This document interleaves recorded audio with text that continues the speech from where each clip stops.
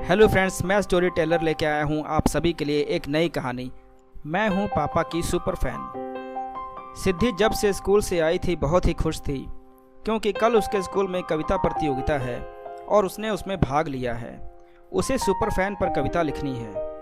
कविता प्रतियोगिता में भाग लेकर वह बहुत ही खुश है, लेकिन समस्या यह है कि उसे समझ नहीं आ रहा था कि वह कविता कैसे लिखे और किस पर लिखे।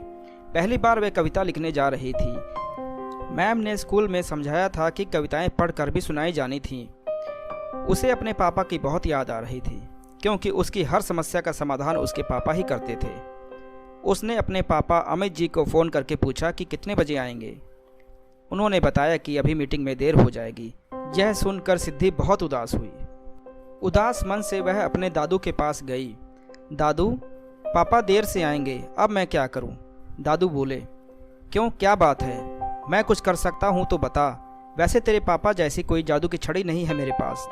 सिद्धि बोली, दादू मजाक मत बनाइए। दादू बोले, अरे तू ही तो कहती है पापा झट से तेरे सारे काम कर देते हैं। इस पर सिद्धि बोली, दादू मुझे कविता लिखनी है, बताइए ना कैसे लिखूं। दादू हंसते हुए बोले, इतनी नन्ही सी बच्ची कविता लिखेगी? अरे बेटा, तू बहुत छोटी है अभी। इस पर सिद्धि बोली, नहीं दादू, मैं बहुत बड़ी हो गई हूँ, मैं क्लास 5 में आ गई हूँ। सिद्धि ने इठलाते हुए जवाब दिया। इस पर दादू बोले, ओहो, मेरी गुड़िया बहुत बड़ी हो गई है। दादू ने उसके गाल खींचते हुए प्यार से कहा। तो सिद्धि बोली, गुड़िया नहीं सिद्धि। अच्छा ठीक है, बता तेरी क्या मदद करूँ। मैंने तो कभी कविता लिखी नहीं, दादू बोले। लेकिन मुझे कविता लिखवानी नहीं है, मैं खुद लिखूंगी, नहीं तो चीटिंग हो जाएगी। आप यह बताइए, मैं सुपर फैन किसे बनाऊं? सुपर फैन किसी को भी बना ले। यह दिन भर जो तू कार्टून देखती है उसमें से किसी को, या फिर जिन्होंने बड़े बड़े काम किए हैं जैसे महात्मा गांधी, गौतम बुद्ध, झांसी की रानी। फिर जो तुझे सबसे ज़्यादा अच्छा लगता हो, पसंद हो, जिससे तुम कुछ सीखती हो, तुमको जो खुश रखता हो, या तुम्हारी सब बात मानता हो, कोई भी हो सकता है, दादू ने कहा। इस पर सिद्धि बोली, सच दादू? हाँ, और क्या?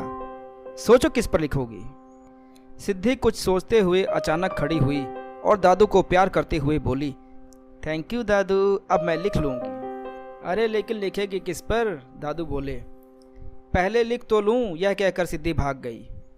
अगले दिन सैर से आने के बाद दादू ने पूछा, सिद्धि तेरी कविता लिखी गई? हाँ लिख गई दादू, सिद्धि ने जवाब दिया। ला दिखा तो, दादू ने कहा। अभी नहीं दादू, मुझे प्राइज़ मिलेगा तब पढ़िएगा, सिद्धि ने जवाब दिया। वाह, इतना आत्मविश्वास। किस कविता की बात हो रही है? सिद्धि के पापा ने पूछा। आत्मविश्वास नहीं, शान मार रही हैं। एक यही है कविता लिखने वाली, इन्हीं को प्राइज़ मिलेगा, उसके भैया दीप ने चिढ़ाते हुए कहा। बुरी बात दीप, तुम्हें बहन को एनकरेज करना चाहिए, पापा बोले। पापा जल्दी चलिए, बस मिस हो जाएगी। और हाँ, ऑल द बेस्ट भी बोलिए, मैंने कविता प्रतियोगिता में भाग लिया है। इस पर पापा बोले, वेरी गुड, जल्दी चलो, प्रतियोगिता के लिए ऑल द बेस्ट। लेकिन अगर प्राइज़ ना मिले तो निराश मत होना, because participation is more important than winning. Siddhi ने पापा की अधूरी बात को पूरा किया। आप हमेशा यही बात समझाते हो, राइट पापा? राइट बेटा, सिद्धि को प्यार करते हुए बस पर चढ़ा दिया अमित जी ने। 2 दिन बाद दीप ने अपने पापा को बताया, पापा छुटके ने कमाल कर दिया, इसकी कविता को फर्स्ट प्राइज़ मिला है और एनुअल डे के स्पेशल प्राइज़ के लिए भी नॉमिनेट कर ली गई है, और इस बार की ऑनर्ड गेस्ट हमारी फैमिली भी होगी। अरे वाह!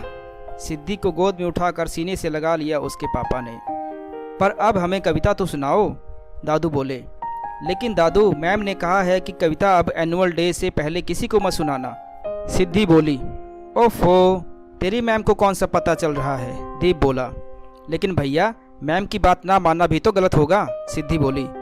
आई am proud of you my dear, अब हम एनुअल डे पर ही कविता सुनेंगे, पापा बोले। हम सेलिब्रेट भी करेंगे, और मेरी ओर से आज डिनर में छोले भटूरे और आइसक्रीम, मम्मी पूजा ने सिद्धि को प्यार करते हुए कहा। एनुअल डे पर पूरी फैमिली स्कूल गई। अलग अलग अचीवमेंट्स के लिए 4 परिवार ऑनर्ड गेस्ट थे। कुछ सांस्कृतिक कार्यक्रमों के बाद सेलेक्टेड बच्चों की परफॉर्मेंस से परिचय कराया गया। बच्चे अपनी परफॉर्मेंस दे रहे थे, जिसका तालियों से ज़ोरदार स्वागत हुआ। सिद्धि ने अपनी कविता पढ़कर सुनाई। मेरी कविता है, मैं हूँ पापा की सुपर फैन। मैं हूँ पापा की सुपर फैन, मेरे पापा मेरे सुपरमैन। सारा दिन वह काम है करते, मेरे पापा कभी न थकते। सुबह सवेरे जल्दी उठते, दादू संग सैर को जाते। दादी को मंदिर ले जाते, झट से सारे काम है करते। मुझको स्कूल बस तक पहुँचाते, फिर ऑफिस को जाते। सब्जी सब कुछ है लाते, मम्मी का भी ध्यान है रखते। मैं हूँ पापा की सुपर फैन, पापा मेरे हैं सुपरमैन। सारा दिन वह काम है करते, मेरे पापा कभी न थकते। सबकी इच्छा पूरी करते, कभी नहीं वह मना करते। मेरे संग खेल हैं खेलते, भैया संग बॉक्सिंग करते। हमको अच्छी सीख सिखाते, भैया को है मैथ पढ़ाते। मैं हूँ पापा की सुपर फैन, मेरे पापा मेरे सुपरमैन। मेरे पापा कभी नहीं थकते, सुबह सवेरे जल्दी उठते। हम सबसे प्रेम है करते, कभी नहीं वह गुस्सा करते। छुट्टी में हमें खूब घुमाते, आइसक्रीम भी हमें खिलाते। मैं हूँ पापा की सुपर फैन, मेरे पापा मेरे सुपरमैन। कविता का नाम सुनते ही तालियां बजने लगी थी। जैसे जैसे सिद्धि कविता पढ़ती जा रही थी, तालियों की आवाज़ बढ़ती जा रही थी। अमित जी की आंखों में भावनाओं का वेग उमड़ रहा था। उन्हें यकीन नहीं हो रहा था कि उनकी छोटी सी मासूम बेटी इस तरह सोच सकती है। उन्होंने पत्नी पूजा की ओर देखा। अमित, यू डिज़र्व इट, कहकर पूजा ने उनका हाथ थाम लिया। पूरा परिवार बहुत खुश था। अंत में चीफ गेस्ट ने सभी परिवारों को बच्चों के साथ सम्मानित किया। सब हाल से निकलने लगे तो सिद्धि दौड़ कर आई और अपने दादू के गले लगी और फिर पापा के। तुमने दादू को पहले प्यार क्यों किया? दादी ने पूछा। इसलिए क्योंकि दादू ने मुझे सुपर फैन के बारे में समझाया था। तो फिर दादू को पहले गले लगाना था ना? दीप बोला।